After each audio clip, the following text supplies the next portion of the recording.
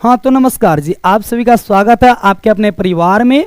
और आज हम लोग बात करने वाले हैं जीके एसजीएस में 20 प्रश्नों के ऊपर। जी हाँ, जैसा कि आप लोगों ने थंबनेल में भी देखा कि टॉप हम लेने वाले हैं 20 क्वेश्चन जो कि प्रीवियस ईयर का क्वेश्चन है। उसको आज हम लोग समझेंगे किस तरीके से लगाया जाता है और आप लोगों का तैयारी कहाँ तक हो पाया है। तो 20 प्रश्नों में आप जो है केवल और केवल 5 प्रश्नों का उत्तर दे देंगे तो हमको पता चल जाएगा कि आपने जो है किस लेवल तक का तैयारी कर रखा है और आपका रिजल्ट किस टाइप से बिहार पुलिस में होने वाला है और आपको किस बुक से पढ़ना चाहिए, ये बाद में हम लोग बात करेंगे इस पर भी। पहले हम लोग 20 प्रश्नों को करते हैं।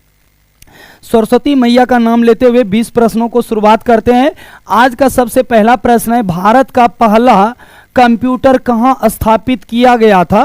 तो हम लोग कहेंगे भारत का पहला कंप्यूटर जो है कलकत्ता शहर में यानी कोलकाता में स्थापित किया गया था। सबसे पहला कंप्यूटर जो है भारत के कोलकाता में स्थापित किया गया था। अगला प्रश्न कहता है, भारत के पहले उपराष्ट्रपति कौन थे। तो भारत के सबसे पहले उपराष्ट्रपति जो थे उसका नाम था डॉक्टर सर्वपल्ली राधाकृष्णन। डॉक्टर सर्वपल्ली राधाकृष्णन। और डॉक्टर राजेंद्र प्रसाद जो है भारत के पहले राष्ट्रपति थे। क्या थे? राष्ट्रपति थे। इन सब चीजों को भी देखते जाएंगे। चलिए अगला प्रश्न बढ़ते हैं। भारत में पहली जनगणना कब हुई थी। तो सबसे पहली बार भारत में जो जनगणना करवाया गया था वो करवाया गया था 1872 ईस्वी में। कितना ईस्वी में? 1872 ईस्वी में भारत की सबसे पहली जनगणना हुई थी। भारत में सबसे पहली बार जनगणना हुई थी। चलिए अगला प्रश्न का आता है, लोकसभा का कार्यकाल कितने वर्षों का होता है। तो लोकसभा का कार्यकाल जो है 5 वर्षों का होता है। कितने वर्षों का? 5 वर्षों का कार्यकाल होता है लोकसभा का।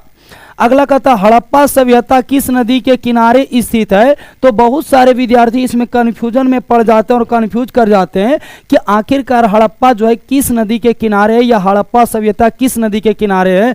तो हम लोग कहेंगे रावी नदी किनारे। किसके किनारे? रावी नदी के किनारे है। अगला, आत्मनिर्भर भारत अभियान की शुरुआत कब हुई थी। तो आत्मनिर्भर भारत की शुरुआत जो है 2020 में हुई थी और इस टाइम में हम लोगों के जो पीएम थे वो इस टाइम के पीएम थे मोदी जी। कौन थे? मोदी जी थे। तो हम लोग कहेंगे नरेंद्र मोदी। नरेंद्र मोदी कहेंगे, ये पीएम थे। इसका भी प्रश्न बन सकता है कि 2020 में जो कि हम लोगों की यहाँ पर शुरुआत किया गया था कि आत्मनिर्भर भारत अभियान, तो उसमें जो है कि पीएम कौन थे। तो नरेंद्र मोदी कहेंगे और ये जो है कि शुरुआत किया गया था 2020 ईस्वी में। चलिए अगला प्रश्न, विजयनगर साम्राज्य की स्थापना किसने की थी। तो विजयनगर साम्राज्य की स्थापना हरियर और बुक्का ने किया था। हरियर और किसने? बुक्का ने किया था। ऑप्शन नंबर हम लोगों का ए क्या हो जाएगा? सही हो जाएगा। अगला प्रश्न, भारत का सर्वोच्च जलप्रपात कौन सा है। तो हम लोग कहेंगे जोग जलप्रपात है। जोग, या तो इसका नाम जो है कि गरसोप्पा भी कहा जाता है। क्या कहा जाता है? गरसोप्पा भी कहा जाता है। जोग या गरसोप्पा जलप्रपात जो है हम लोगों का सर्वोच्च जलप्रपात है। अगला प्रश्न कहता है, संविधान सभा की पहली बैठक कब हुई थी। तो संविधान सभा की पहली बैठक जो है वो 9 दिसंबर 1946 को हुआ था। पहली बैठक कब हुआ था? 9 दिसंबर 1946 ईस्वी को हुआ था। अगला, नालंदा विश्वविद्यालय किस राज्य में स्थित है। तो नालंदा विश्वविद्यालय हमारे बिहार राज्य में स्थित है। कहाँ पे है? हमारे बिहार राज्य में स्थित है, जिसका ऑप्शन नंबर सी क्या हो जाएगा? सही हो जाएगा। ऑप्शन नंबर सी क्या हो जाएगा? सही हो जाएगा।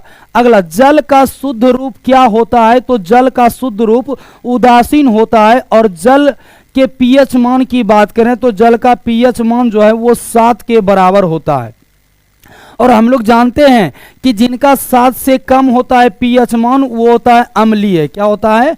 वो अम्लीय होता है, अम्लीय हो जाएगा। और जिनका 7 से पीएच मान ऊपर है उसको हम लोग क्षारीय कहेंगे। क्या कहेंगे?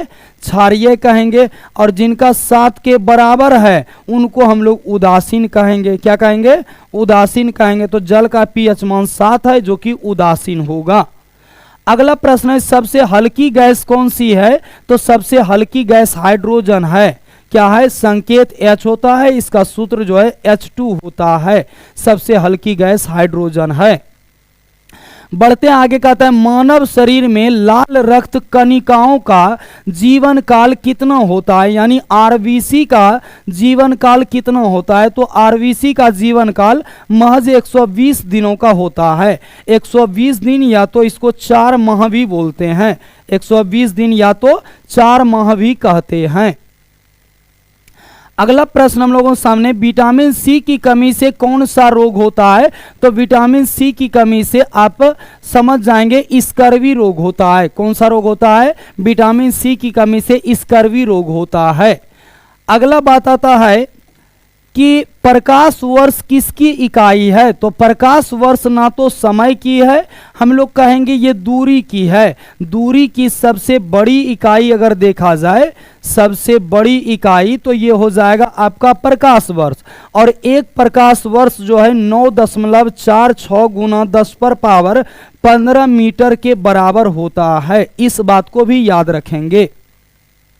अगला प्रश्न है न्यूटन किस विषय से संबंधित है। तो न्यूटन का संबंध जो है वो आपके भौतिकी विषय से है। किस विषय से है?